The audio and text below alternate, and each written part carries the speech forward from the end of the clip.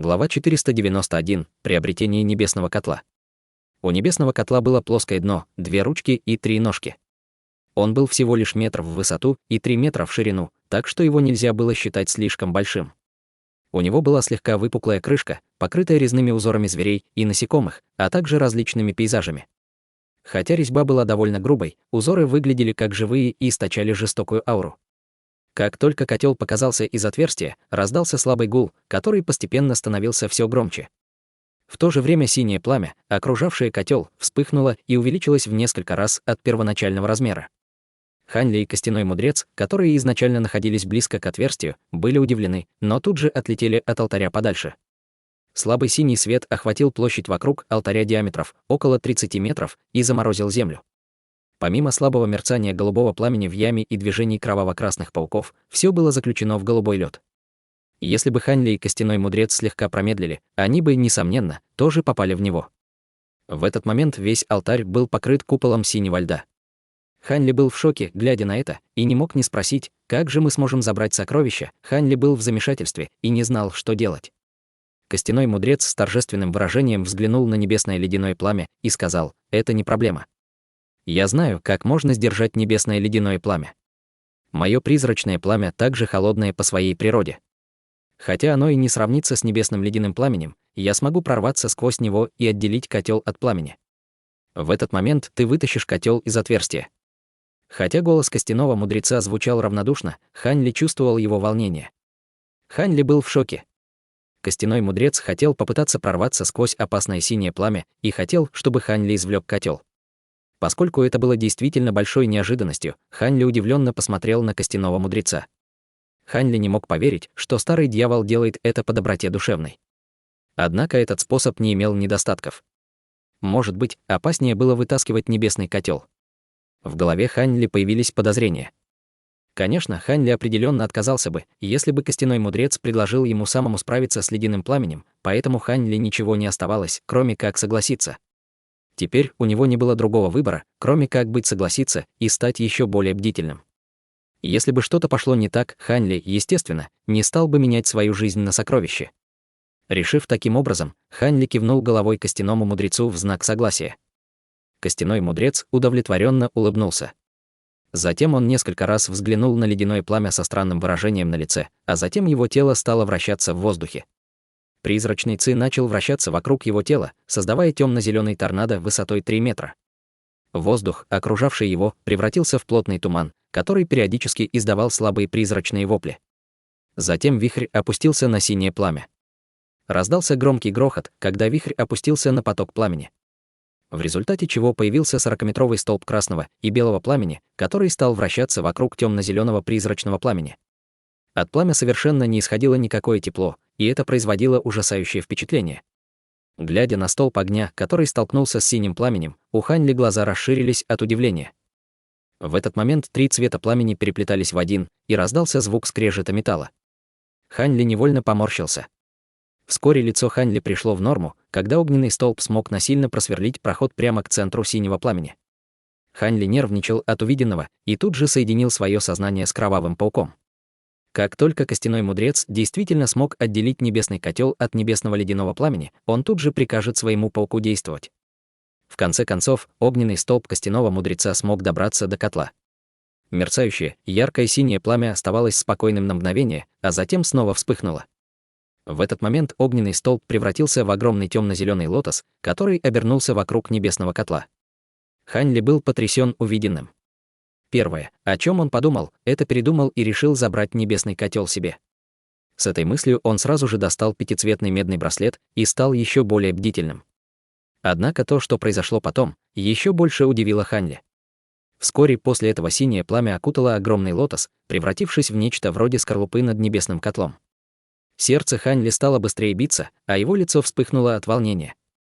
Он был поражен техникой костяного мудреца и тут же приказал своему кровавому пауку тянуть котел. В этот момент натянутая паутина яростно задрожала, а кровавый паук стал тянуть котел изо всех сил. В следующее мгновение произошло то, что удивило Хань Ли. Изначально Хань Ли думал, что котел был очень тяжелым, но теперь он летел на Хань Ли с такой скоростью, как будто не весил совершенно ничего. Сначала Хань Ли обрадовался, но потом он нахмурился. Не осмеливаясь быть небрежным, он поднял руки и выстрелил двумя полосками света. Внезапно они превратились в две веревки и обмотались на ручке котла. С большим усилием котел упал за 10 метров от Ханли. Ханли был ошеломлен тем, насколько легко было достать небесный котел. Он догадывался, что небесный котел удалось достать так легко, потому что его отделили от небесного ледяного пламени. Однако эти мысли продолжались лишь на мгновение, прежде чем Ханли их отбросил подальше. Затем Ханли встряхнул веревки, обернув их вокруг котла, и притянул его поближе. Через мгновение веревки исчезли, и Ханли коснулся руками небесного котла. Все это прошло так гладко, что Ханли не мог в это поверить, когда провел пальцем по крышке котла. Небесный котел, самое заветное сокровище области моря рассеянных звезд, теперь был у него в руках. Ханли внимательно посмотрел на котел в руке, и в его голове мелькнула странная мысль: этот котел не может быть подделкой, верно? В этот момент мысли Ханли были прерваны истерическим смехом. Ха-ха. Используя небесное ледяное пламя, призрачное инь-пламя и божественную дьявольскую молнию, я смогу культивировать священное пламя Асуры. Мои догадки были верными. Ха-ха, голос костяного мудреца звучал пугающе радостно. По какой-то неизвестной причине сердце Ханли вздрогнуло, а по спине у него пробежал холодный пот. Он прищурился на котел, а затем взглянул на костяного мудреца. То, что увидел Ханли, встревожило его. Зеленый лотос уже исчез. На его месте был костяной мудрец с шаром света в руке. На первый взгляд шар света казался темно-зеленым, но, слегка приглядевшись, Ханли увидел, что на самом деле внутри него было синее пламя. Хотя внешний слой темно-зеленого света сковывал его, внутри он продолжал беспрерывно мерцать. Выражение лица Ханли изменилось. Неужели это был план костяного мудреца? Не успел Ханли подумать об этом, как костяной мудрец медленно направился к нему. Его взгляд упал на небесный котел, который Ханли держал в руках. С странным выражением в глазах он сказал: «Очень хорошо, кажется, что с моим планом все в порядке». Услышав это, Ханли фыркнул и стал еще более бдительно наблюдать за старым дьяволом. Костяной мудрец улыбнулся и неторопливо проговорил: «Кажется, ты все понял. У меня мало времени, и поскольку ты все равно скоро умрешь, я хочу объяснить тебе». Сердце Ханли задрожало. Ему стало предельно ясно, что костяной мудрец собирался убить его и забрать сокровище себе. Ханли нахмурился и, не тратя время на пустые разговоры, решил действовать первым. Он поднял руку и метнул в костяного мудреца медные кольца, которые подготовил заранее. По вспышке яркого света они исчезли бесследно, вновь появляясь лишь через мгновение, и сжали шею и конечности костяного мудреца.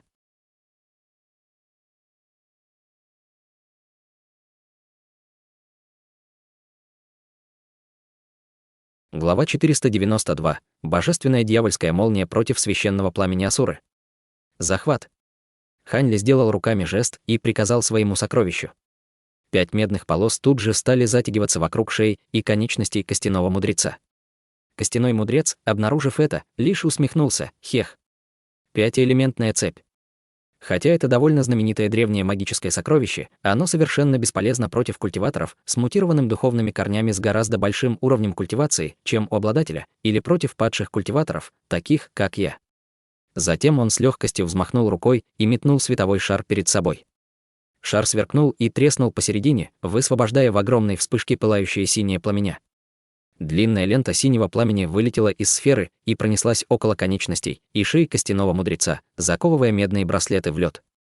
Затем тело костяного мудреца исказилось несколько раз, а медные браслеты треснули и рухнули на землю.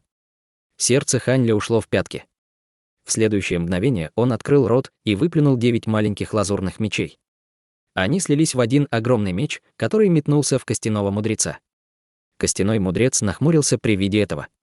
Он взмахнул рукой, в результате чего небесно-голубое пламя в шаре разгорелось еще сильнее. Струя пламени трансформировалась в свирепого дракона с 5 когтями из полупрозрачного льда, тело которого сверкало холодным синим светом. Дракон с легкостью заблокировал огромный лазурный меч, высвободив на него свое ледяное дыхание. Спустя мгновение свет огромного меча сильно потускнел, а на его лезвии стал появляться слой прозрачного, тонкого инея, в результате чего меч замедлился. Внезапно раздались раскаты грома, и из меча вырвалось несколько дуг золотой молнии, которые яростно ударили в тело ледяного дракона.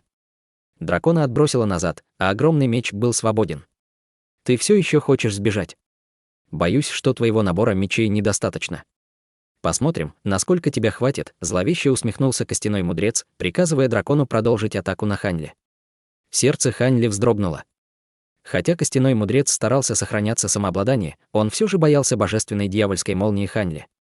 Придя к такому выводу, Ханли наложил магическую печать на свой меч, что привело к тому, что в воздухе появилась копия меча. Это была техника теневой копии его искусства владения лазурным мечом. Оба меча одновременно выпустили густой поток слабой золотой молнии. Один из них был нацелен на ледяного дракона, а другой нацелился на костяного мудреца. «Ох!» — изумленно воскликнул костяной мудрец.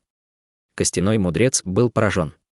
Мало того, что у Ханли все еще была сила, он не только смог выпустить такие сильные потоки божественной дьявольской молнии, но и смог создать еще один огромный меч.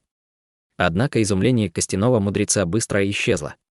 Он снова взмахнул рукой и ударил по световому шару, извергая очередной поток синего пламени. На этот раз ледяное пламя слегка поколыхалось и превратилось в треугольный ледяной щит. Синий туман, испускаемый с поверхности ледяного щита, заблокировал плотный поток божественной дьявольской молнии. Казалось, что их силы были равны. Внезапно Ханли обрадовался. Хотя небесная дьявольская молния не могла выдержать небесное ледяное пламя, она была равна по силе. Победителем этой схватки станет тот, у кого больше сил. Подумав об этом, Ханли похлопал по своей сумке для хранения. Внезапно на его теле появился кроваво-красный плащ. Хотя Ханли еще не был на грани, он решил, что лучше быть готовы заранее. Затем Ханли поспешно сложил руки, а его выражение лица стало более серьезным. С раскатами грома в его руках появился шар золотой молнии. Крошечные дуги молнии непрерывно испускались с его поверхности. Шар молнии был размеров всего в несколько дюймах, но Ханли продолжал вливать в него духовную силу, в результате чего шар стал расти на глазах. Костяной мудрец контролировал небесное ледяное пламя и собирался было атаковать два огромных лазурных меча, но его лицо внезапно побледнело, когда он увидел Ханли. Он буквально не верил своим глазам. Ханли смог создать такую огромную сферу молнии. Сколько у них было мечей из золотой молниеносного бамбука, в его сердце закрался страх, и единственная причина, по которой он напал на Ханли, заключалась в том, что он посчитал, что с легкостью сможет одолеть Ханли, учитывая глубокую мощь его только что приобретенного небесного ледяного пламени. Поскольку он еще не усовершенствовал ледяное пламя в священное пламя Асуры, он с трудом мог контролировать его с помощью своего призрачного инь-пламени вместе со своей собственной божественной дьявольской молнией. Костяной мудрец знал, что дьявольская молния могла блокировать ледяной ци небесного ледяного пламени, и что Ханли также обладал дьявольской молнией. Но он не ожидал, что это помешает ему убить Ханли. Костяной мудрец предположил, что Ханли потерял большую силу своей божественной дьявольской молнии, чтобы отразить его прежнюю засаду во время захвата девятицветного женьшеня. Вот почему он решил, что Ханли не сможет заблокировать небесное ледяное пламя.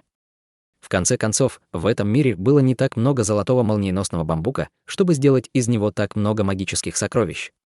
Вот почему костяной мудрец не верил, что у Ханли может быть такое количество золотых молниеносных бамбуковых мечей. Божественную дьявольскую молнию нужно было использовать очень экономно, поскольку требовалось слишком много времени для ее восстановления. Поскольку костяной мудрец не предполагал такого резерва божественной дьявольской молнии, он и решил убить его, хотя он все еще ненавидел своего предателя-ученика Цзень-Иня, приобретя небесное ледяное пламя, и его амбиции взлетели. Если бы он усовершенствовал священное пламя Асуры, он мог стать гегемоном всей области моря рассеянных звезд. Поскольку божественная дьявольская молния была проклятием культиваторов призрачного Да, такого как он, Ханли, обладатель золотых молниеносных бамбуковых мечей, стал его первой целью ликвидации. А затем, при помощи Мэнхуцзы, костяной мудрец смог бы легко уничтожить Цзень-Иня. Появление двух мощных потоков молнии, которые Ханли выпустил из его двух мечей, уже было достаточно, чтобы удивить костяного мудреца, а появившаяся огромная сфера золотой молнии в руках Ханли просто ошеломила его, это полностью превзошло все его ожидания. Обычный культиватор на ранней стадии формирования ядра фактически обладал бесчисленным количеством магических сокровищ из золотого молниеносного бамбука. Костяной мудрец в глубине души пожалел о том, что затеял эту драку. Сколько магических сокровищ из золотого молниеносного бамбука было у Ханли на самом деле? Сомнения все глубже проникали в сердце костяного мудреца. Когда костяной мудрец в изумлении посмотрел на него, когда сфера молнии в руках Ханли увеличилась в диаметре до метра и уже зависла над его головой. Из сферы раздавался треск электричества. Хотя костяной мудрец и пришел в себя, его лицо по-прежнему оставалось бледным. Его собственное количество божественной дьявольской молнии не могло сравниться с этим. Костяной мудрец яростно стиснул зубы и сказал: «Хорошо. Отлично. Хотя я не знаю, как тебе удалось приобрести так много магических сокровищ из золотого молниеносного бамбука, ты был обречен стать заклятым врагом всех приспешников призрачного Да в тот день, когда они стали твоими. Сегодня я сделаю тебя свидетелем могущества священного пламени Асуры. Отступать было уже поздно, поэтому костяной мудрец собирался объединить три энергии, чтобы создать легендарное священное пламя Асуры. Он надеялся, что пламя сможет прорваться сквозь божественную дьявольскую молнию Хань-Ли за один удар и уничтожить его. Конечно, сильное создание этого пламени в столь короткий промежуток времени было чрезвычайно опасным, но у костяного мудреца не было другого выбора. Поскольку у него были другие методы для уклонения от молний Хань-Ли, у него не было времени их использовать. Они могли позволить Хань-Ли сбежать, что дало бы достаточную задержку для возвращения других. В результате ему ничего не оставалось, кроме как начать создавать пламя, стиснув зубы. В тот момент световой шар стал словно живым. Синее пламя в его центре начало вращаться быстрее, а внешняя оболочка из призрачного инь пламени и небесной дьявольской молнии стали вращаться в противоположном направлении. Спустя мгновение весь шар выпустил ослепительное сияние. В следующий момент поток невероятно холодного серого пламени свирепо метнулся к Хань-Ли на невероятной скорости. На доли секунды Хань-Ли был удивлен, но тут же нахмурился. Он никогда прежде не слышал об этом священном пламени Асуры, но прекрасно понимал, что оно будет не менее мощным, чем небесное ледяное пламя. С серьезным выражением Хань-Ли перестал накапливать молнию в огромную сферу, а сделал пальцами множество жестов, бормоча заклинания. Золотой шар молнии начал растягиваться, превращаясь в сеть молнии вокруг него.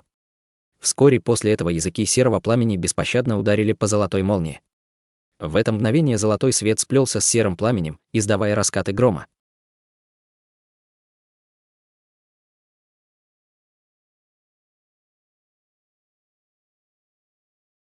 Глава 493. Смерть костяного мудреца. Выражение лица Хань-Ли стало мрачным. Сеть молнии вокруг Хань-Ли на какое-то время задержала серое пламя, но казалось, что пламя не гаснет.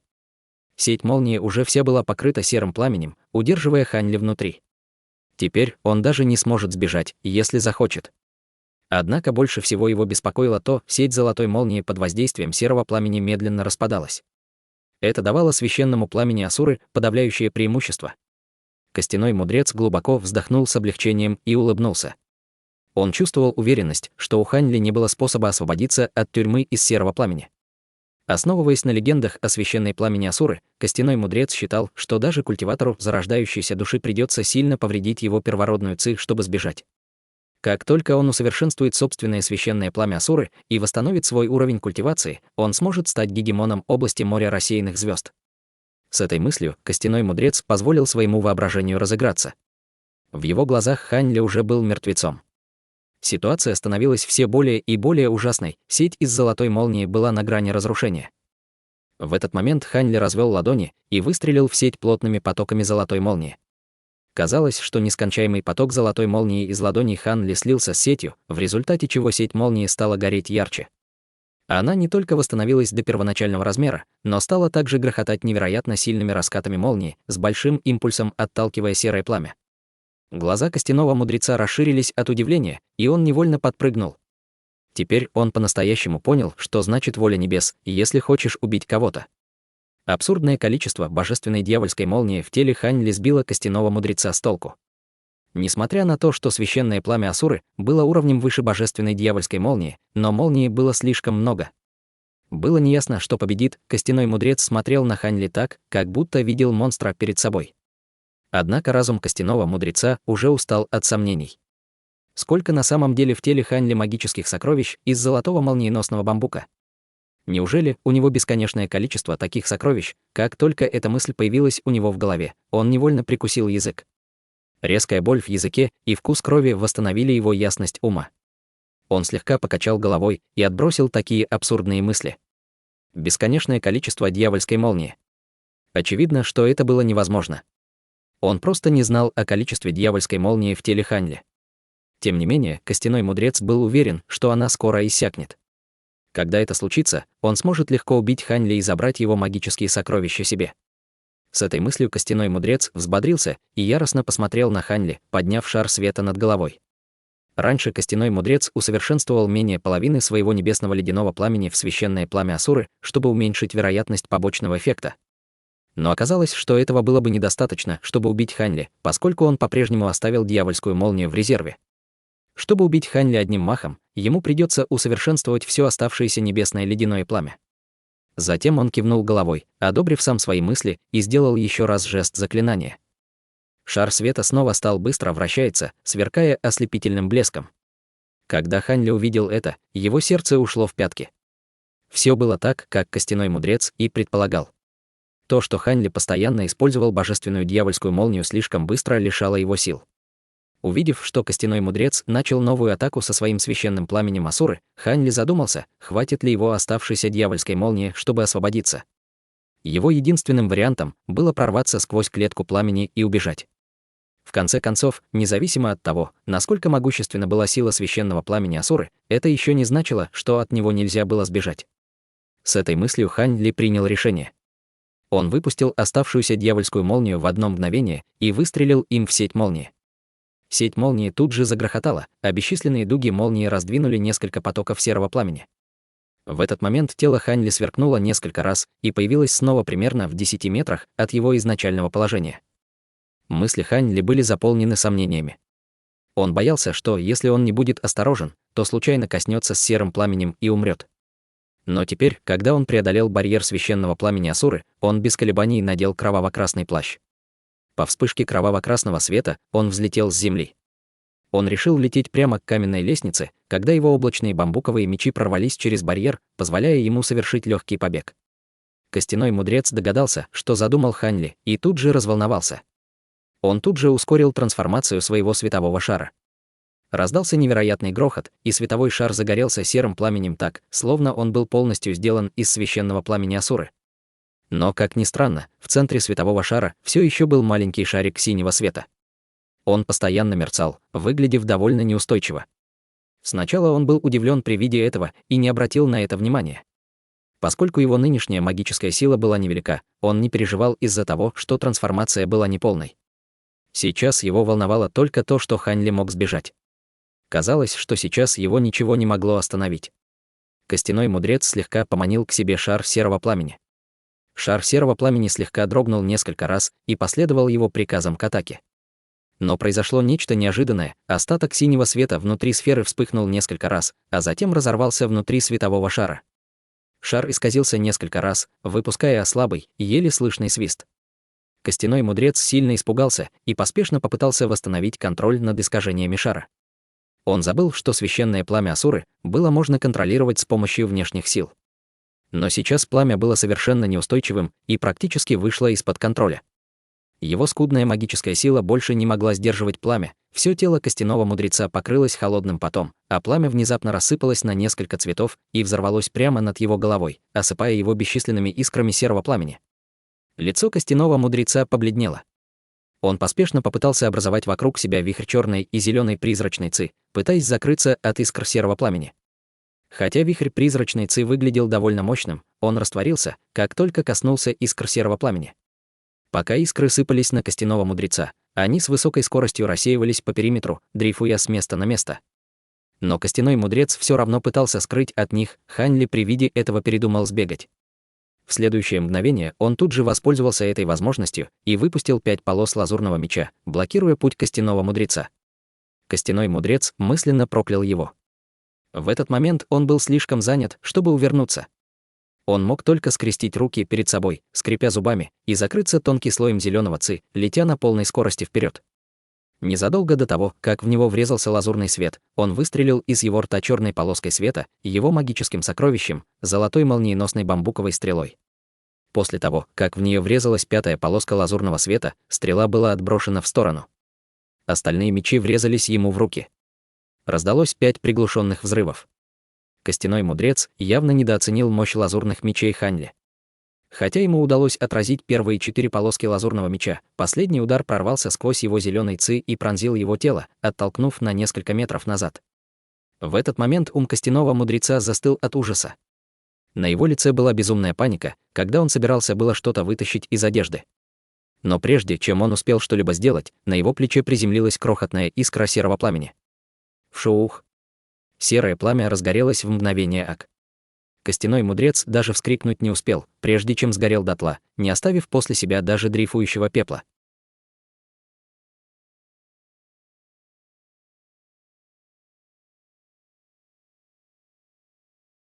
Глава 494. Небесный ледяной жемчуг. Хань Ли почувствовал, что его кровь леденела в жилах от свирепости пламени Асуры. После того, как серое пламя сожгло костяного мудреца, оно сгустилось в мелкий огонек и улетело. По какой-то неизвестной причине смерть костяного мудреца стала причиной странной трансформации пламени Асуры. Все серые огоньки выпустили поток темно-зеленой ци вместе с искрами из черной молнии, мгновенно превратившись в голубой пламень. Похоже, оно вернулось в свою изначальную форму небесного ледяного пламени. Хань Ли внезапно почувствовал, что воздух вокруг него стал холодным, как только в нем появилась ледяная ци небесного ледяного пламени. Ледяная ци стала покрывать землю тонким слоем льда и постепенно распространяться по всему световому барьеру. Хань Ли побледнел, испугавшись внезапного натиска холода, и тут же влил большее количество духовной силы в эмблему белого носорога. Она тут же стала испускать палящий белый свет, который отталкивал холодную ци, не позволяя ей приблизиться к его телу. Казалось, истинные возможности небесного ледяного пламени проявились только после того, как костяной мудрец потерял контроль над ним. За мгновение вся поверхность каменной платформы покрылась инеем. Белый свет эмблемы белого носорога едва мог защитить Хань Ли, при этом значительно истощал его магическую силу. Хань Ли внутренне проклинал ее. Хань Ли теперь понял, что небесное ледяное пламя костяного мудреца было ослаблено либо из его низкого уровня культивации, либо из-за нехватки времени для его усовершенствования. Это объясняет, почему он мог использовать только часть своей истинной силы минуту назад. И если бы костяной мудрец продемонстрировал эту ужасающую мощь небесного ледяного пламени, то он с самого начала мог бы убить Хань Ли несколько раз, не нуждаясь в том, чтобы создать пламя Асуры. Кроме того, вполне вероятно, что истинная сила пламени Асура тоже сейчас была продемонстрирована не во всю мощь. Когда эти мысли пришли ему в голову, Хань Ли все понял. Несмотря ни на что, он не собирался так глупо погибать из-за какого-то небесного ледяного пламени, потому что он приложил столько усилий, чтобы уничтожить костяного мудреца. В этот момент он стиснул зубы и потянулся к сумке для хранения духовных зверей. Он собирался освободить золотых прожорливых жуков и посмотреть, смогут ли они увеличить свои шансы на выживание. Поскольку золотые прожорливые жуки все еще не достигли пика своих силы, они наверняка не могли противостоять этому ужасающему холоду, но у Хань Ли не было других вариантов, как сохранить свою жизнь.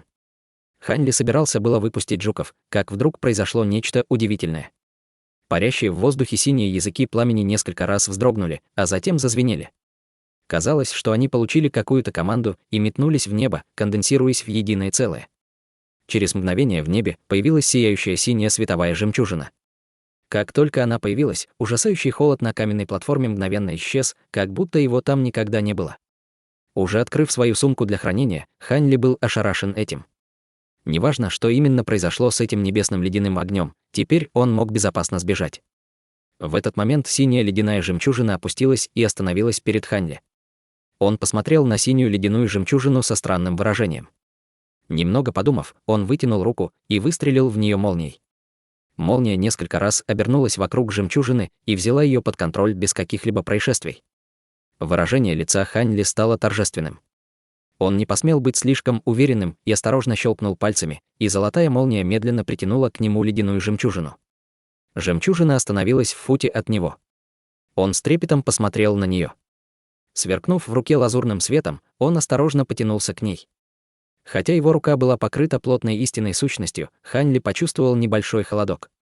Казалось, что после того, как небесное ледяное пламя конденсировалось в эту жемчужину, его ледяная ци стала полностью запечатанной. Таким образом, Хань Ли вздохнул с облегчением и рассеял свет, окружавший его руку. Он схватил жемчуг 3 пальцами и внимательно осмотрел его. Синяя ледяная жемчужина представляла собой синий кристалл, внутри которого бушевало пламя. Хань Ли некоторое время колебался. Эта небесная ледяная жемчужина была сокровищем, которое едва ли когда-либо появлялось в этом мире. Ее можно считать сокровищем, даже более ценным, чем небесный котел. Хотя он не знал, как эту жемчужину ледяного огня можно усовершенствовать или использовать, это было то, что он абсолютно не мог упустить.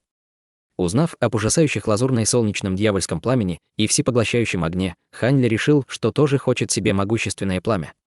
Более того, сила этого небесного ледяного пламени была даже больше, чем предыдущее пламя, которое он видел. При этом он сможет выполнить свое давнее желание обладать каким-то по-настоящему свирепым пламенем. Хотя попытка использовать и приобрести его содержала в себе определенную степень опасности, Хань Ли был готов пойти на это. С этой мыслью Хань Ли выстрелил искру золотой молнии и обернул ее вокруг жемчужины в несколько слоев. Спустя мгновение он держал молнию в руке, а искры молнии сверкали в его руке. Хань Ли был готов ко всему. Если небесная ледяная жемчужина прорвется, покрытие из молнии сможет сэкономить ему достаточно времени, чтобы захватить контроль над ним. После того, как он просто сражался с этими пламенем, он был абсолютно уверен, что божественная дьявольская молния может сдерживать его, если потребуется. Он не боялся какой-либо внезапной реакции. Тем не менее, теперь он действительно исчерпал запас божественной дьявольской молнии внутри его тела. Не осталось ни малейшей искры. Однако Хань Ли не мог быть спокоен, пока не убрал жемчужину в квадратную нефритовую коробку, аккуратно разместив ее внутри. В этот момент у Хань Ли наконец-то появилась возможность передохнуть и быстро метнуться к алтарю. Он поместил своего изнуренного кровавого паука в его сумку для хранения духовных животных. Второй паук, чей труп был частично усовершенствовал, давно перестал двигаться. Хань Ли невольно подлетел к тому месту, где погиб костяной мудрец. С изумленным выражением он взмахнул рукой. Слабо сверкающий предмет вылетел из пепла и направился к нему. Это был безупречный белый камень длиной в несколько дюймов. Подняв его на мгновение, он узнал, что это была реберная кость костного мудреца. Хань Ли был очень поражен, обнаружив, что священное пламя Асуры совершенно не повредило его. Когда он впервые увидел реберную кость у костяного мудреца, в ней была карта небесного зала. Может быть, что там есть и другие предметы. Немного подумав, Хань Ли положил его в сумку для хранения. Сейчас было не время исследовать его трофеи, важнее было спасти свою жизнь. Как только Хань Ли направился к ступеням, он неожиданно обнаружил на полу изумрудно-зеленую стрелу. Хань Ли нахмурился и взмахнул рукой, приманив сокровище к себе в ладонь. Мельком взглянув на стрелу, Хань Ли положил ее в свою сумку, как вдруг оттуда разнесся странный звон. Сердце Хань Ли вздрогнуло, и он невольно удивился. Нахмурившись, он внезапно похлопал по своей сумке для хранения. Перед ним вспыхнула полоса света, в которой появилась плачущая душа. Хань Ли открыл рот и выплюнул серую жемчужину, используемую для контроля плачущей душой. Хань Ли знал, что те обстоятельства, с которых Юань-Я передала этого зверя ему, были довольно странными. В результате он не стал усовершенствовать контролирующую жемчужину. Однако стереть духовную сущность с жемчужины было легко, что позволяло контролировать плачущую душу. Взявшись за контролирующую жемчужину плачущей души, он уставился на маленькую изумрудно-зеленую стрелу и вдруг открыл рот. Лазурный шар основного пламени окутал стрелу и начал медленно ее усовершенствовать. Сначала стрела никак не реагировала, как будто она была действительно мертвой. Затем в глазах Хань Ли вспыхнул холодный блеск. Облизнув губы, он подбросил стрелу в воздух и дал команду плачущей душе. Зверь внезапно фыркнул и выстрелил желтым туманом, обхватив маленькую стрелу. Маленькая стрела, которая изначально оставалась неподвижной, при виде зеленого тумана несколько раз мелькнула зеленым светом, окутывая себя изумрудным сиянием, которое сопровождалось резким свистом. В следующее мгновение стрела выстрелила прямо к каменной лестнице, как если бы она была испугана желтым туманом.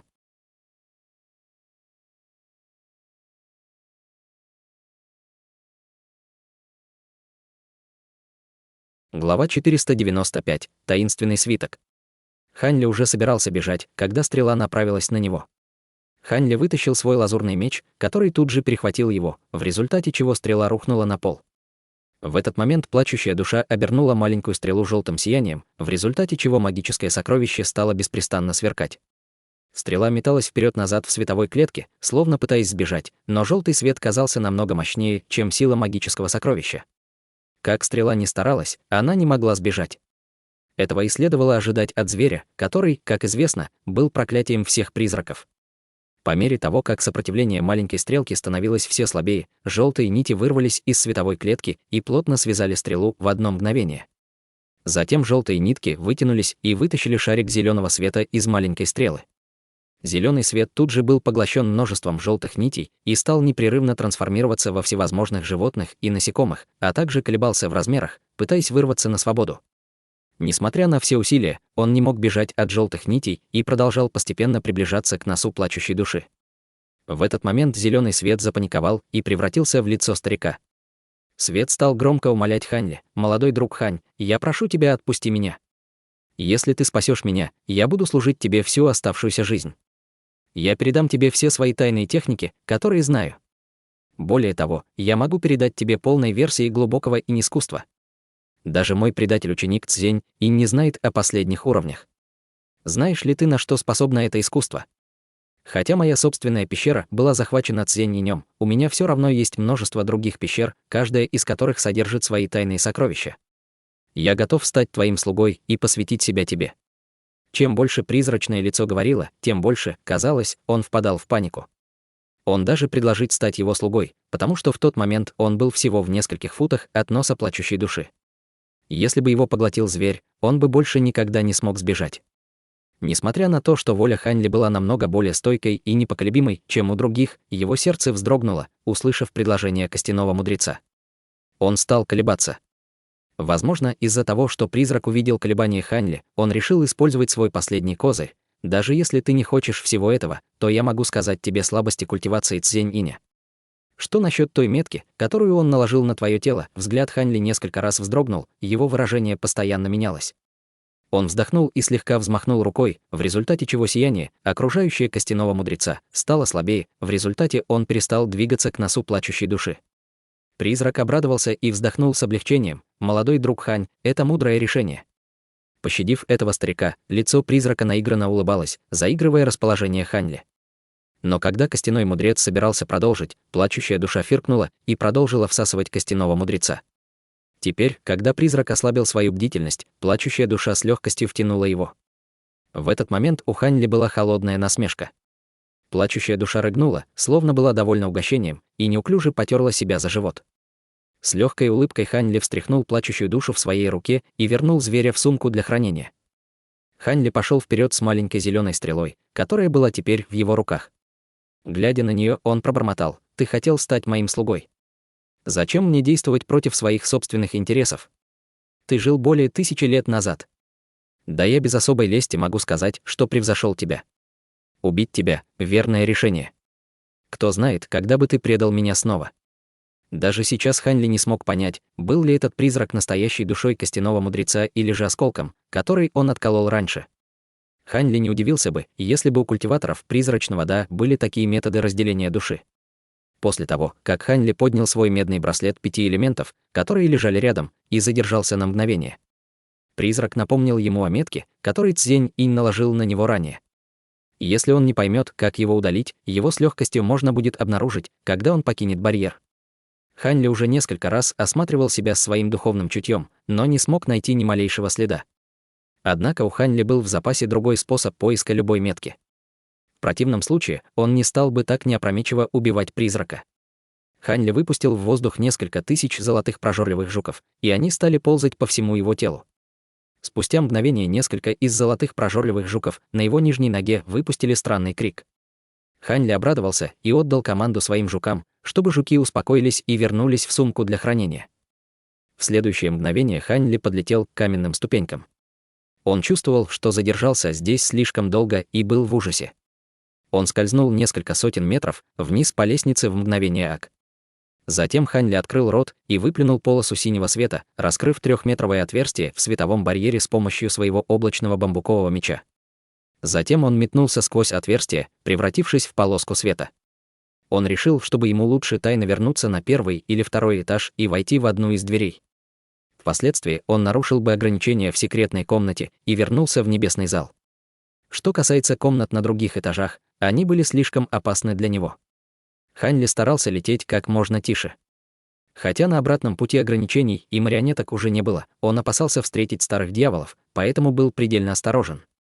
Поскольку Хань Ли мог просматривать путь впереди своим духовным чутьем, он вытащил потертый свиток, который он приобрел из пустоты в стене, и хотел прочитать его. Мельком взглянув на свиток, он невольно вскрикнул и замедлился, несмотря на то, что планировал проскочить через проход. Свиток не выглядел необычным и не содержал ни капли духовной силы.